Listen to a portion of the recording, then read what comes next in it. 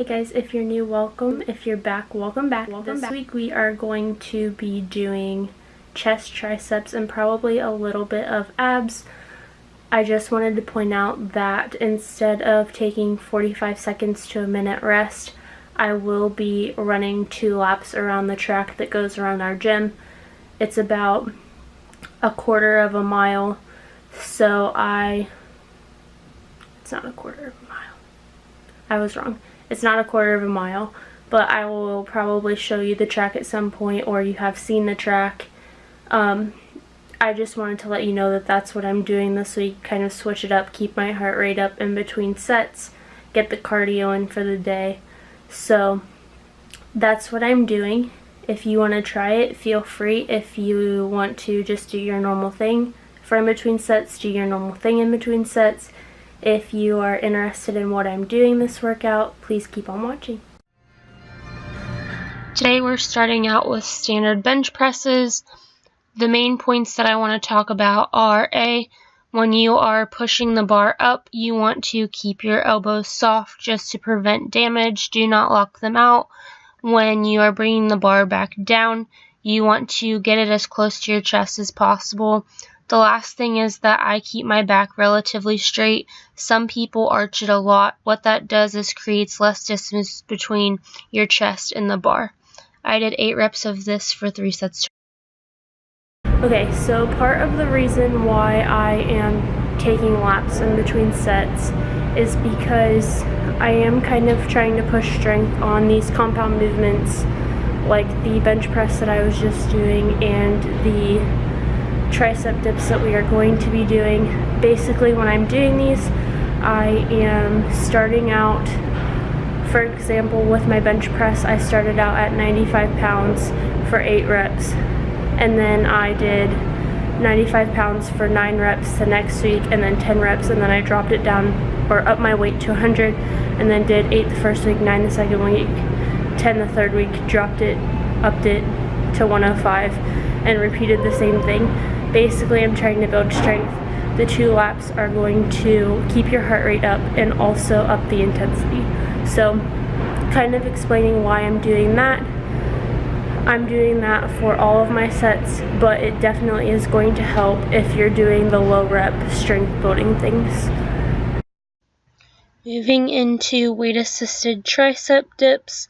What you want to do here is put your hands at a comfortable position that you are not overextending your shoulders. You should not feel any shoulder pain with these at all.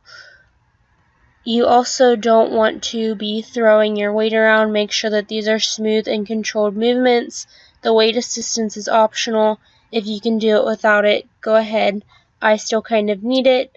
I did 9 reps for 3 sets. Moving into our first superset. It feels so weird saying that this late in the workout. We are on the cables, also a shocker. We're doing these reverse grip tricep extensions. I also want you to notice that I am pulling across my body. I'm also standing completely straight up. I'm not leaning into the cables at all, not using the cables for any type of support, just focusing on that tricep. I'm doing 10 of these on each side, and then I am going to move into laying Skullcrushers afterwards. So basically what you want to do with these are lay on the floor. You could also use a bench. You could even do them standing if you wanted with the dumbbell over your head, but it is a lot more challenging to do them laying down. And you want to bend your elbows at a 90-degree angle and push the dumbbells towards your face and then push your arms back up. I did this for 10 reps as well, and I did 3 sets total. Moving into our last superset, only 2 of them for chest and triceps. I know it's weird. We're going to do these horizontal tricep extensions laying down. Basically, it's the same movement as a skull crusher, only instead of rotating your elbows and pulling the dumbbells towards your face, you are just rotating your elbows inwards and pushing them towards your chest. I did 10 of those, and then I did 10 of these close grip dumbbell pushes. Basically, you could use a weight plate with these, and I used to, but the dumbbell is going to force your elbows to stay in, and it's also going to force a closer grip, which is going to work your chest a little bit more, as well as your triceps. I did 10 of those, and I did 3 sets total. As many of you guys may know, I do not have a specific ab day. Instead, what I do is I throw in a superset or a circuit like this one to the end of my upper body days to make sure that I'm hitting my abs. To start out my circuit, I am doing 10 on each side of these rowers. If you don't have a body bar like I do, you can use a dumbbell. The body bar just made it feel a little bit more like rowing to me.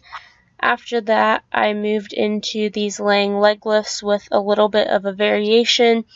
Basically, what I'm doing is holding my legs at the top for 5 Mississippis, moving them to the middle for 5 Mississippis, and then moving them down to about 2 inches off of the floor for 5 more Mississippis, and I'm doing that 3 times. Something that I want to stress to you guys at this point is that if you notice my stomach, it is almost completely flat. You want to avoid coning, which is basically a mountain that looks like it's running down the middle of your stomach. That's going to damage your abs. It means that your abs aren't properly engaged, and that's not what we want. So that's something that I wanted to bring up to you guys and have you guys be cautious about when you're doing abs. After the laying leg lifts, we are doing 15 of these weight plate toe touches. The goal here is to use your abs to push the weight plate towards your toes. You want to also make sure that you're getting your shoulder blades off the ground just to make sure that we are engaging our abs properly. After that, we are going to do 15 bicycle crunches.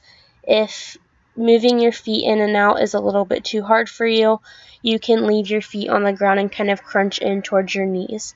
I did this for 3 rounds total, and that was it, guys. The whole thing only took me about 45 minutes to an hour after I got warmed up and got started. As usual, the whole entire workout will be in the description box below. If you like this video, please give it a thumbs up and subscribe to my channel. Thank you guys so much for watching, and I will see you next time.